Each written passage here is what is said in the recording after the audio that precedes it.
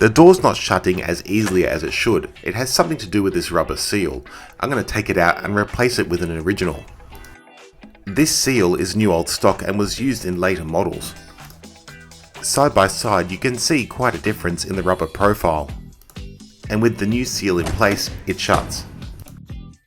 And then to do the same for the passenger side and cut it to size.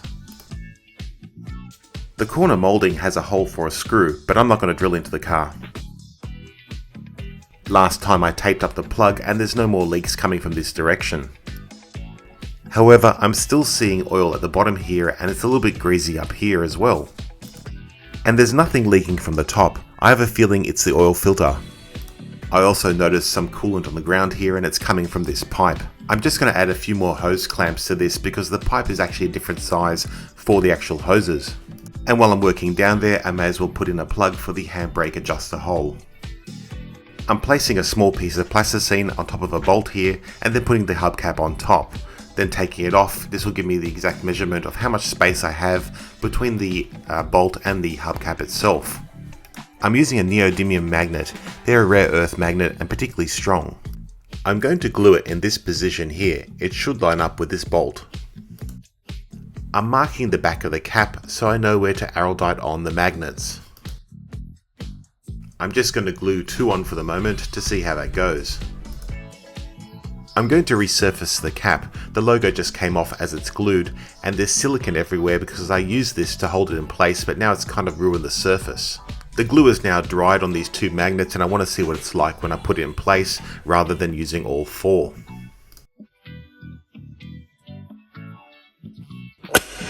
And I believe that's definitely going to hold it in place and just a screwdriver to remove it. So I'm just going to use 2 magnets rather than 4. So I sanded off the old paint and then repainted all 4 caps. The texture is slightly different, but it looks quite good.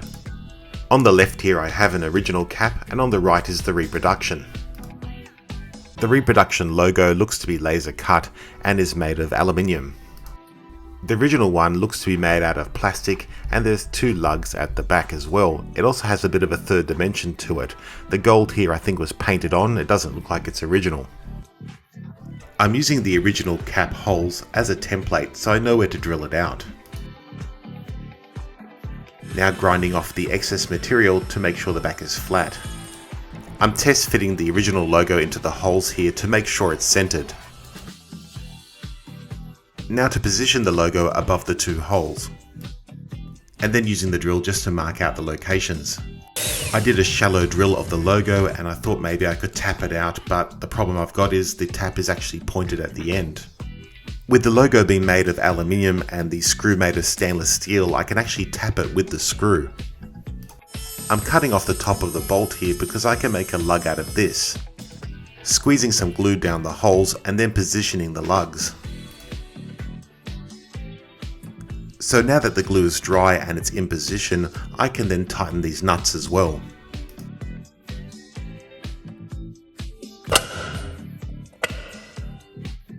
I don't have a radio in the car, but I do have a hole for an antenna, so I'm just going to fill it with one.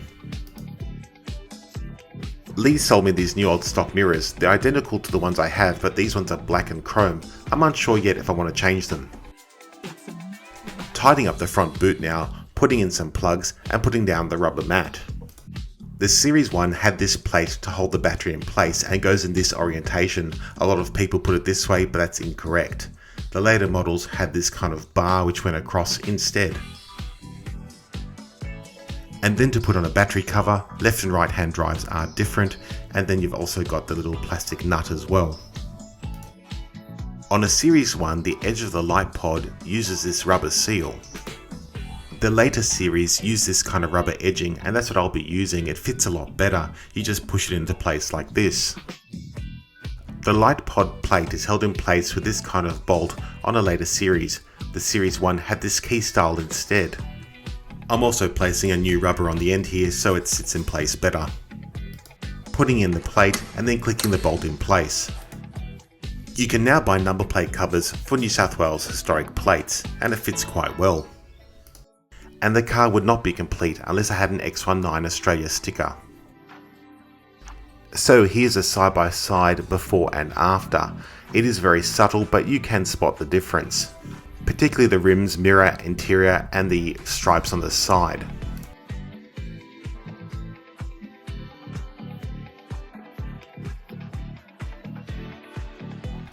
The inside is also very different from when I got it. It's now obviously back to factory original. Before was kind of grey and things were falling apart and missing when I got the car.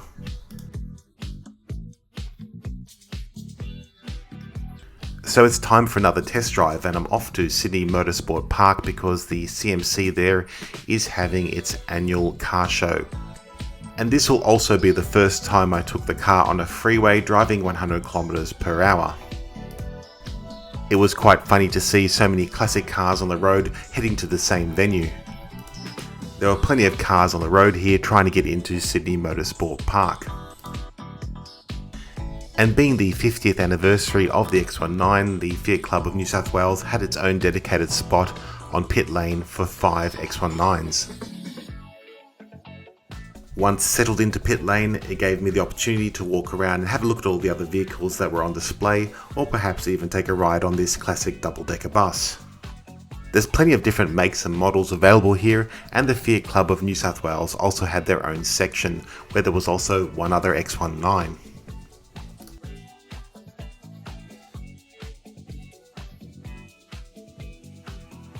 So back to pit lane now, as each group gets to drive their cars around the track once, and we're going out for our little drive. It's not particularly fast, it's just more of a tour around the track.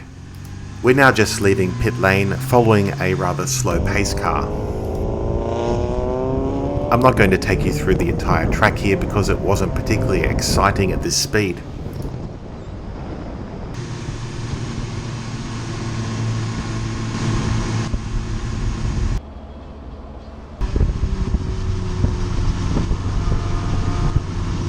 And now just coming down the straight, it would have been nice to do at a faster speed, but it was still fun regardless. Any of the hill struggles, so enjoy the day and let's do it. There are more cars heading onto the track shortly. Thanks, Bob.